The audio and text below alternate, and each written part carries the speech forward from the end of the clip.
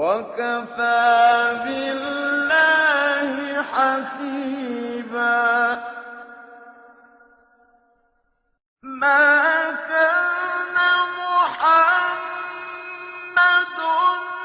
أَبَا أَحَدٍ مِّن رِّجَالِكُمْ وَلَٰكِن رَّسُولَ اللَّهِ وَخَاتَمَ النَّبِيِّينَ ۗ وَكَانَ اللَّهُ بِكُلِّ شَيْءٍ عَلِيمًا.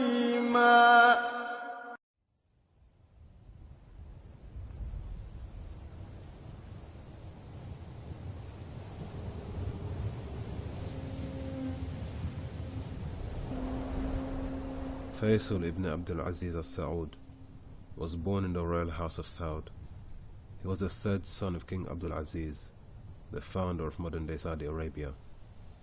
Faisal's date of birth is not officially confirmed, as birth certificates were unavailable in the region of Hijaz at that time. However, some have estimated that he may have been born in the year 1905. Faisal is an old, traditional Arabic name, meaning sword. He spent much of his early years under the attentive guardianship of his maternal grandfather. His grandfather molded his character and influenced his personality in a very profound way.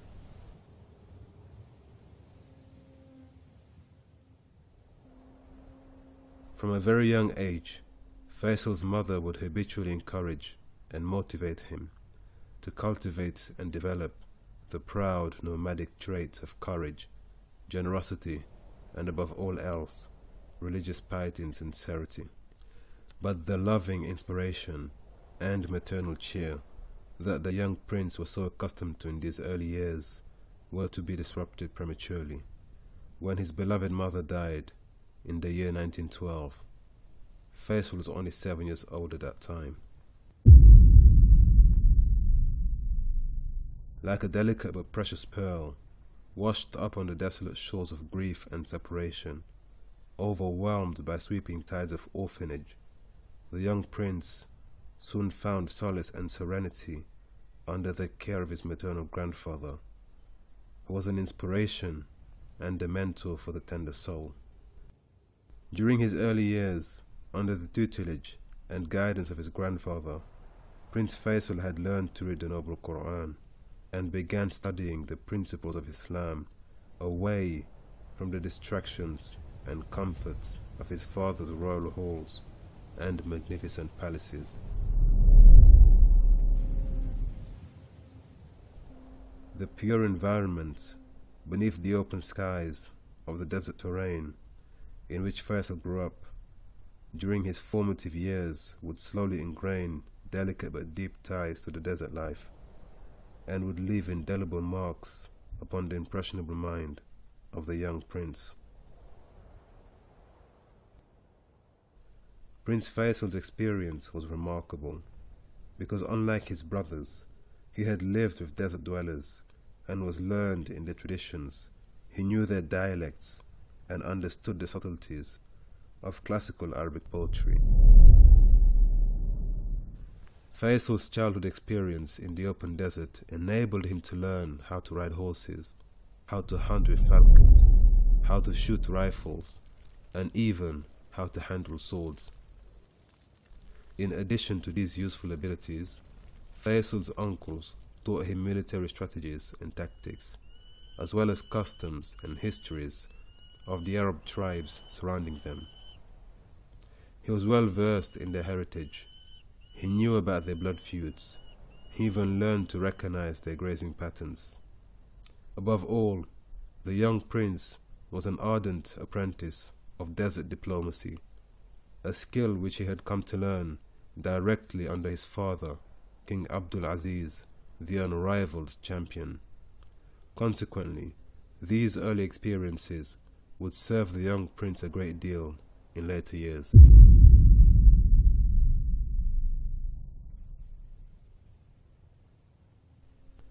Prince Faisal was a unique product of the untainted environment of an open desert. As a son of the soil, he understood the common dialects of his people and participated in everyday activities, from herding camels to shooting arrows in the wilderness. Faisal had surpassed his brothers in many respects and was perhaps one of the king's most promising children. This was a sentiment that was evident from the king's own expressions. King Abdul Aziz would often make the following remark concerning his third son: "Oh, I only wish I had 3 Faisals."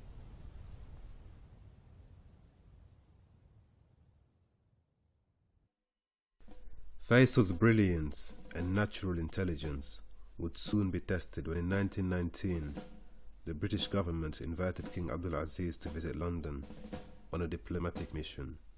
However, with the recent death of his oldest son, and with concerns over the domestic situation, the king sent his 14-year-old son, Faisal, to represent him. This diplomatic assignment made Faisal the very first Saudi royal to visit the United Kingdom. He traveled with a cousin who was raised in Turkey, along with a merchant who spoke English. They were all accompanied by several guards.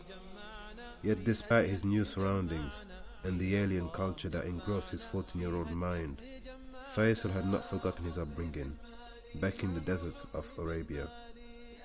The morning following his arrival in the United Kingdom, Prince Faisal and his entourage were forcefully removed from their hotel room, after having made the morning call to prayers, thereby waking up the entire hotel.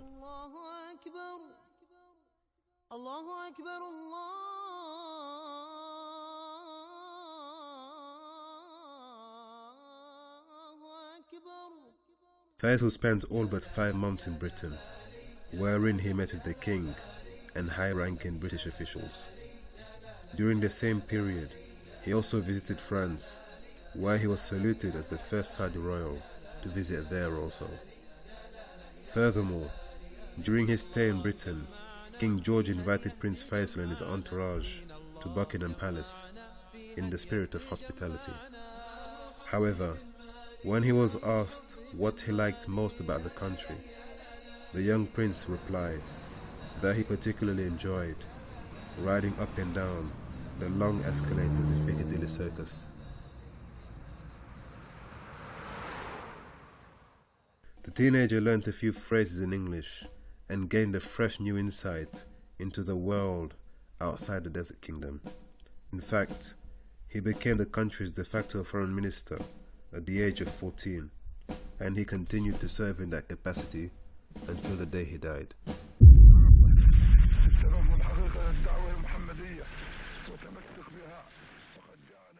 Upon the death of King Abdul Aziz and the succession of Prince Faisal's elder brother, King Saud, in 1953, Prince Faisal was subsequently appointed Crown Prince. But in 1958, due to growing unrest concerning the new king's financial ineptitude, many members of the royal family, along with senior members of the religious establishment, were actively calling for the appointment of Prince Faisal to the office of Prime Minister, thereby endorsing the motion that Prince Faisal should be granted wide executive powers to support his elder brother with decision-making. Once appointed to the rank of Prime Minister, Prince Faisal initiated a massive reform that dramatically reduced unnecessary expenditure and lavish projects within the kingdom. Faisal had diligently worked to rescue the state treasury from bankruptcy. His policy of financial conservativeness was to become a symbol of his good judgment and earned him a reputation for prudence and moderation. However, not long after his appointment, Prince Faisal was at the center of a power struggle between himself and the reigning monarch, King Saud. But on the 18th of December 1960, Prince Faisal resigned as Prime Minister, expressing his concern that King Saud was jeopardizing his financial reform and reversing the positive impact of his policies. King Saud therefore revoked Faisal's executive powers and appointed his other brother, Prince Talal, to the executive post of finance minister.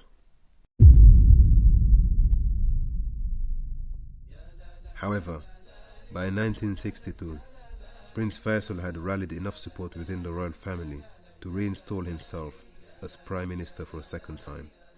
And during his second term as Prime Minister, Prince Faisal was successful in being able to cement his reputation as a reformer and an agent for development and modernization within the kingdom. Prince Faisal was the first Saudi monarch to introduce female education, despite the consternation of many conservatives in the traditional institutions. He challenged the social norms and championed the calls for women to achieve proficiency in reading, writing, and arithmetics. A delegation of objectors soon approached Prince Faisal in an attempt to revoke his plans towards female education in the kingdom. Their concerns were rebuffed by Faisal's bold challenge to present just one verse in the Quran wherein women were forbidden to read and write. طب لو الملك فيصل ما أخذ خطوة وساند المرأة لأنه هو يعلمها كان حيحصل فينا إيه؟ Prince Faisal's own wife was deeply involved in championing the cause for female education. Prince Faisal also supported the establishment of the Islamic University of Medina in 1961, and in 1962 he also championed the establishment of the Muslim World League organization.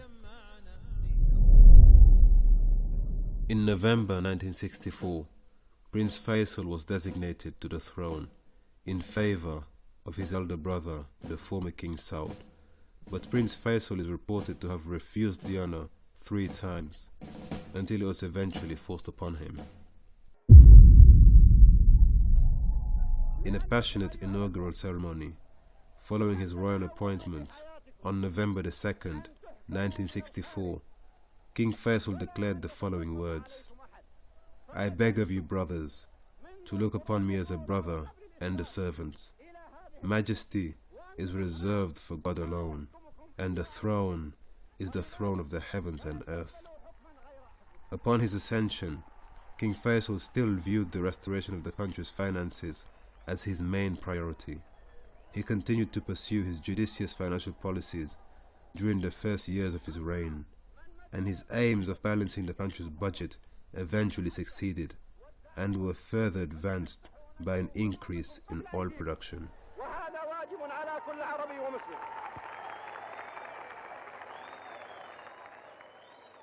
King Faisal now embarked on a full-blown modernization program.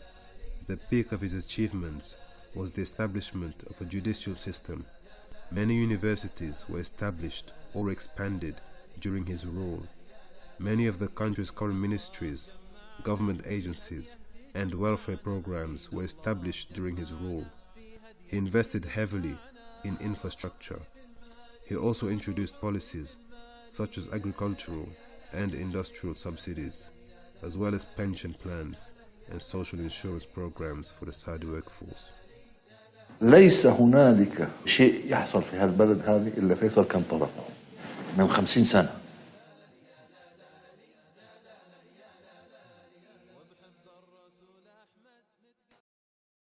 When King Faisal descended to the throne, there were only 317 riyal in the royal treasury vault, a measly sum of little over $50. So the king initiated a sweeping program that would limit and minimize excessive allowances being paid to members of the royal family at the expense of the public. As a result of these courageous initiatives and measures, the Kingdom of Saudi Arabia was now on the road to financial stability and prosperity. King Faisal built many schools and established several mosques. He even dug wells in the Bedouin region and spent his own money towards settling debts and medical bills of local merchants and tribesmen. In fact, King Faisal spent 50 times more towards the educational budget in 1 year than had been previously spent by the administration before him. Then in 1964, King Faisal hired the National Broadcast Company, better known as NBC, to set up 4 TV stations in Riyadh, Jeddah, Medina, and Dammam.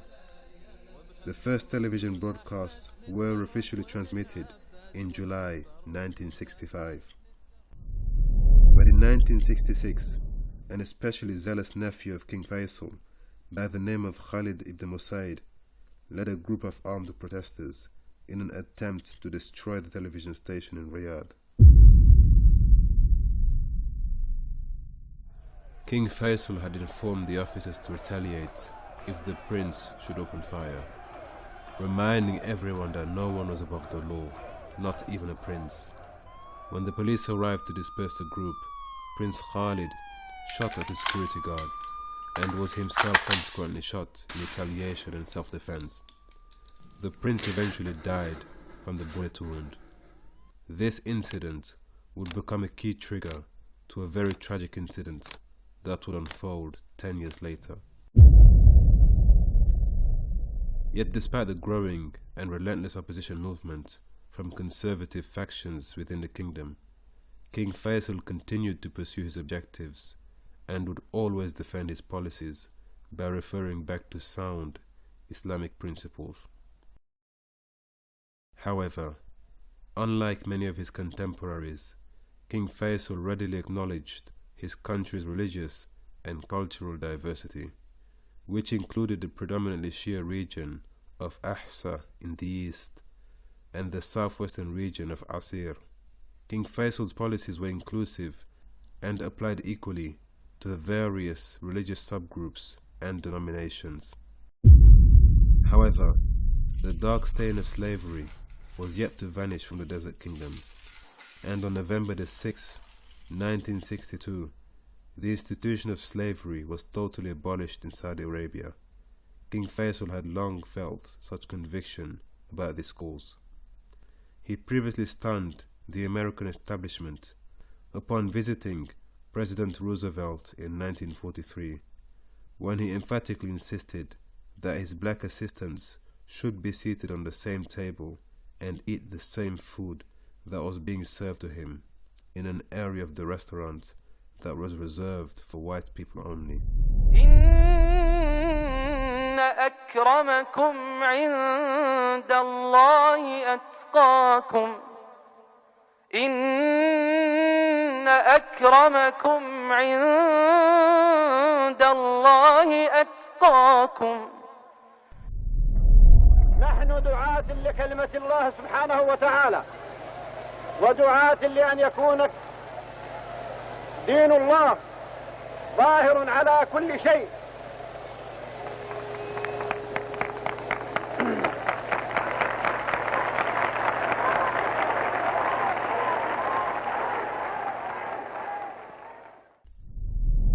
In an era of enthusiastic Arab nationalism and popular communist revolt, King Faisal was defiantly anti-communist. He rejected all political advances from the Soviet bloc, declaring that Islam is completely incompatible with the godless tenets of communism. King Faisal associated communism with Zionism, an ideology which he also criticized sharply. Could I ask His Majesty what sequence of events he would like to see now in the Middle East? King Faisal was an active advocate for Islamic unity. He sought to counter the influence of socialism and Arab nationalism within the region. إنما المؤمنون إخوة فأصلحوا بين أخويكم. King Faisal was an ardent advocate for the Palestinian struggle. He used his authority and political voice to advance the message at an international level. In his famous speech delivered at the UN in 1947, the king addressed the Western audience with the following proposition: "If you want to be generous, then be generous with what you possess." He then urged the West not to treat the Palestinians as if that country had no owners and as if her rightful inhabitant had no say in the matter.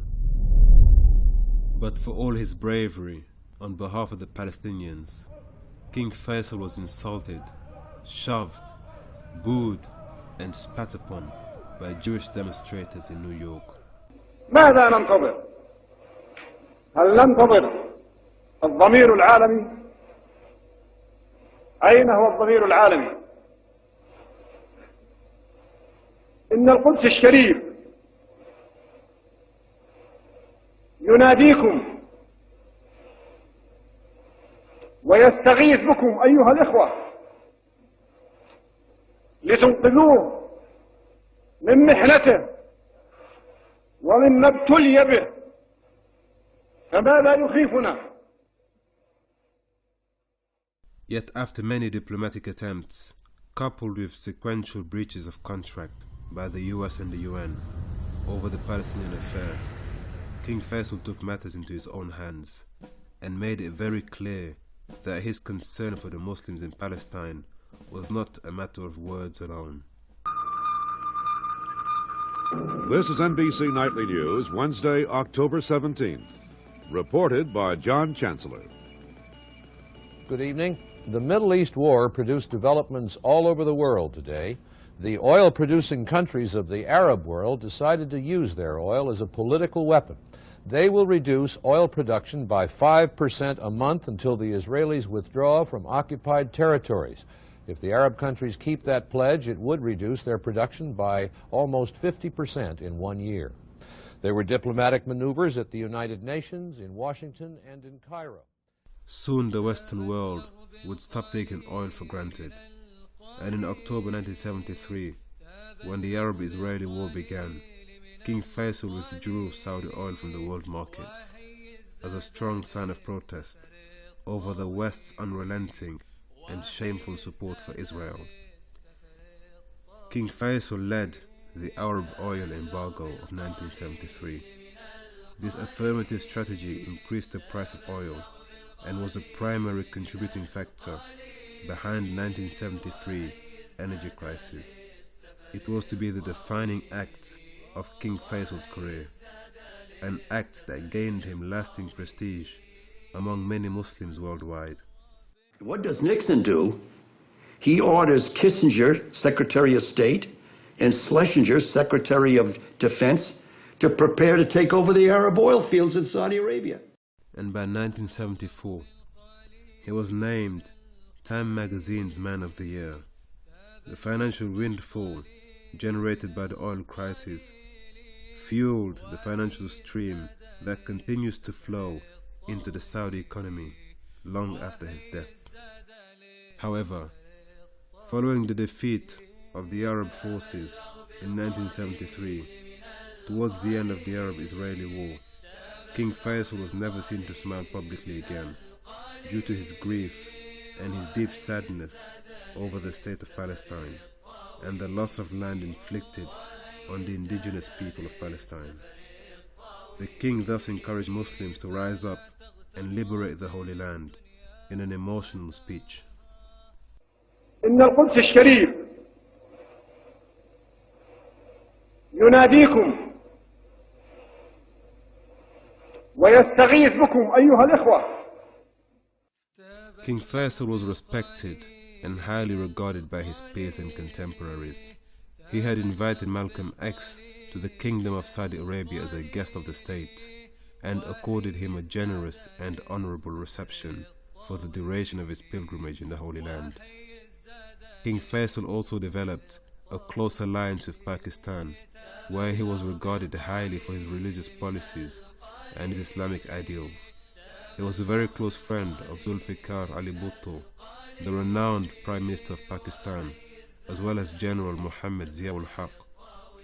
In fact, in 1979, Lialpur, which is Pakistan's third largest city, was renamed Faisalabad, which means the city of Faisal. This was in honor of the legacy of the King of Saudi Arabia.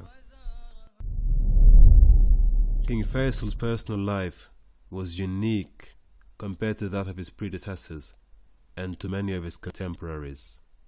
King Faisal was monogamous all of his life and was married to Queen Effat. She was a very educated young woman whom he had met in Turkey. She was in fact fluent in French and was a very confident personality. She was the first Saudi woman to be named queen. Together, they had championed the education of females having established the very first female schools in the kingdom. King Faisal's daily routine was very consistent. He would wake up early for prayers and would kneel down with his servants in prostration before God. He habitually instructed people to address him as Brother Faisal instead of His Royal Highness. King Faisal also had witnessed much of the outside world during his lifetime. He took English lessons and understood it enough to be able to correct his translators during interviews. Yet despite this ability, he preferred to communicate in Arabic. He was a deep reader and would station himself behind his desk, consuming information, sometimes 6 or 7 days in a row. He never lost his composure and was known to say, "God gave us 2 ears and 1 tongue, that we should listen twice as much as we talk." And by the end of 1974, Times magazine named King Faisal its Man of the Year.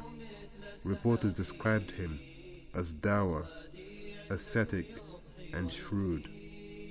But within days of this article having been printed, King Faisal reportedly had 2 distinctive dreams that were to prove true in the following months. In one of his dreams, he was informed by his grandfather that it was time to meet his mother, who had died when he was only 7 years old. In his second dream, he saw his grandfather, his sister, and his eldest brother. All of them had forced him into a car and drove away. Upon relating his dreams to his aunt, he had expressed a concern that he did not think he would live to see the end of the new year. وأرجو الله سبحانه وتعالى أنه إذا كتب لي الموت أن يكتب لي الموت شهيدا في سبيل الله. إخواني،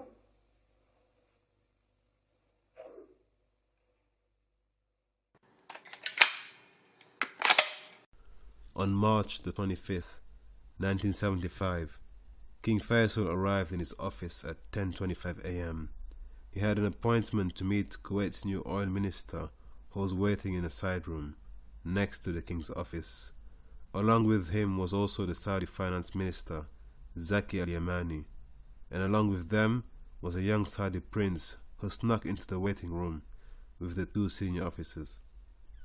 When the door to King Faisal's office was opened at 10:32 a.m., the young prince walked in behind the 2 ministers, and when King Faisal leaned over to embrace his young nephew, at that very moment, the young man took out a pistol and shot 6 rounds at close range. The first shot hit the king's chin, piercing his throat and ripping through his jugular vein. The second bullet went through his ear and grazed his temple.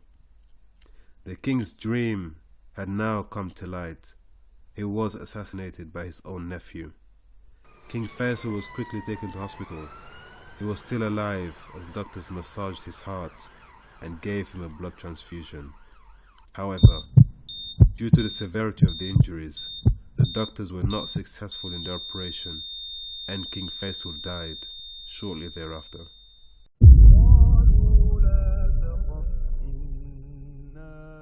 It is reported that both before and after the shooting, King Faisal remained calm. Later that day, a radio newscaster held back his tears long enough to tell the nation that King Faisal had been brutally assassinated that morning. Following the murder of King Faisal, Riyadh observed 3 days of mourning, and all government activities were at a standstill. The assassin was Prince Faisal al-Musaid, a 24-year-old graduate returning from the US. He was the younger brother of Khalid al-Musaid, the very same prince who was shot dead in 1966. The assassin was captured directly after the attack, and the nation's high court convicted him of murder and had sentenced him to death, despite the king's dying request that the life of his assassin should be spared. Yet within Saudi Arabia, and in the wider Muslim world at large, it is commonly believed that King Faisal's oil boycott was the real cause of his assassination, and that the young assassin was a willing agent acting on behalf of a foreign agency. أيها العرب والمسلمون في كل مكان، لقد شاركتمونا العزاء بفقيدنا الغالي الفيصل بن عبد العزيز رحمه الله وأسكنه فسيح جناته.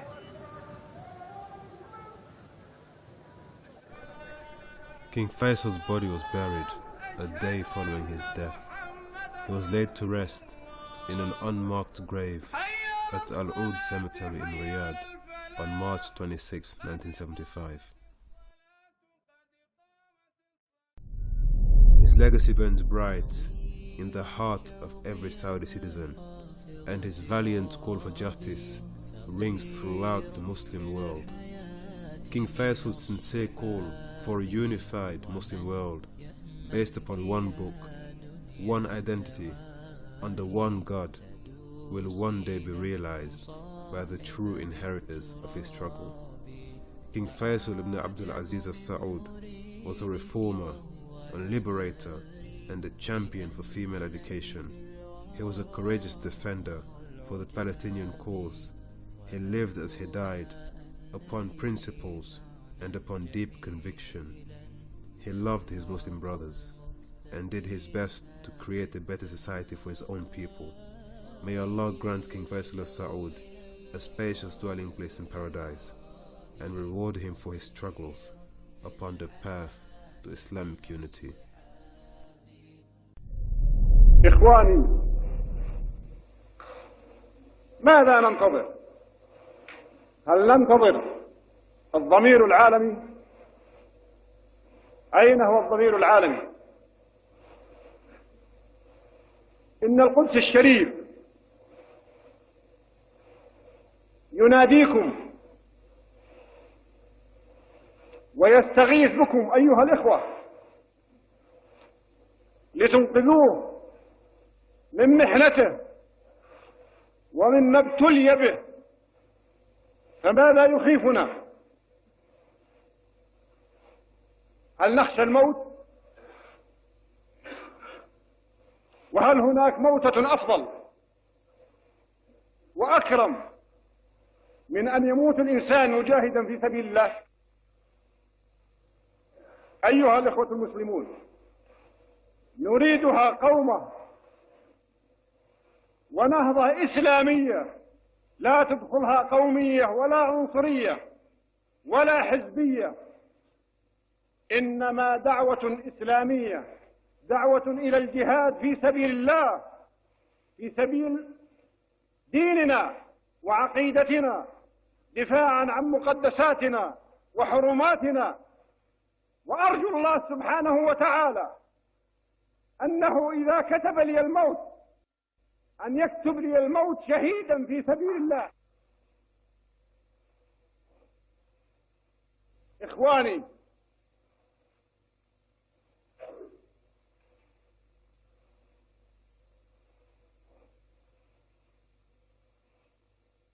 أرجو أن تعذروني إذا ارتج علي، فإنني حينما أتذكر حرمنا الشريف ومقدساتنا تنتهك وتستباح وتمثل فيها المخازي والمعاصي والانحلال الخلقي، فإني أدعو الله مخلصا إذا لم يكتب لنا الجهاد وتخليص هذه المقدسات ألا يبقيني لحظة واحدة على الحياة.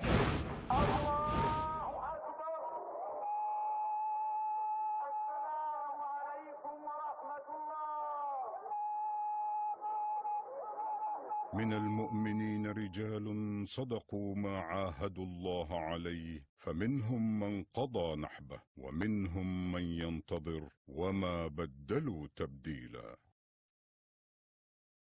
رحمك الله يا فيصل رحمة الأبرار.